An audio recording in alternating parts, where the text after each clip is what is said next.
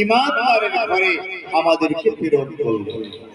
তারপরে এই সুন্দর কোরআনের মজলিসে সুন্দর একটি আঙ্গিকে, এই সুন্দর একটি জান্নাতের বাগানে ভ্রাম্যমান মাদ্রাসাতে আমাদের মতো কোটি কয়টার বান্দা আর বান্দিদেরকে শরীক হওয়ার, শিরকত করার তৌফিক তিনি ইনায়েত করেছেন।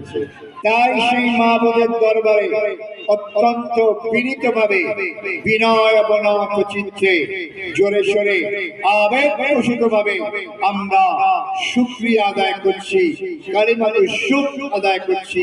সবাই পড়ছি আলহামদুলিল্লাহ।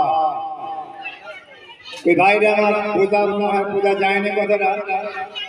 সবাই জোরে বলি আলহামদুলিল্লাহ। কেননা আল্লাহ আমাদের আশা, আমাদেরকে চুজ করেছে, বাছাই করেছে।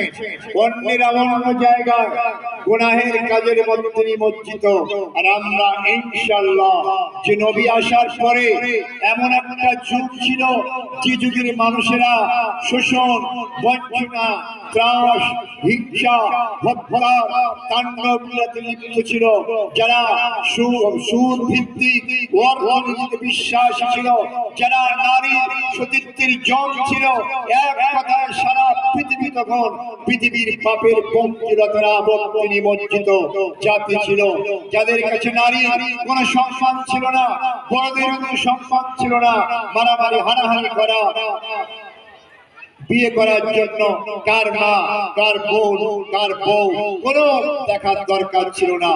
এই অবস্থায় সেই পৃথিবীর মানুষদেরকে, মানব গোষ্ঠীকে এই বিপদ থেকে বাঁচাবার জন্য এবং জাহান্নাম থেকে মুক্তি দেওয়ার জন্য আল্লাহ রাব্বুল আলামিন তার নবীকে প্রেরণ করেছিলেন। আর তিনি এসে তার সেই মিশন, সেই দাওয়াত ভাইরা মাপ দেওয়ার পরে সারা পৃথিবীতে যতদূর পর্যন্ত ইসলামের আলো জ্বলেছিল, সেই জায়গায় ভাইরা আমার ভীতিহীন নিরাপত্তাপূর্ণ একটি সমাজ আল্লাহ পাক উপহার দিয়েছিলেন। সেই নবীর আদর্শ আজকে আমরা আলোচনা করব ইনশাআল্লাহ। ওমা তৌফিকি ইল্লা বিল্লাহ।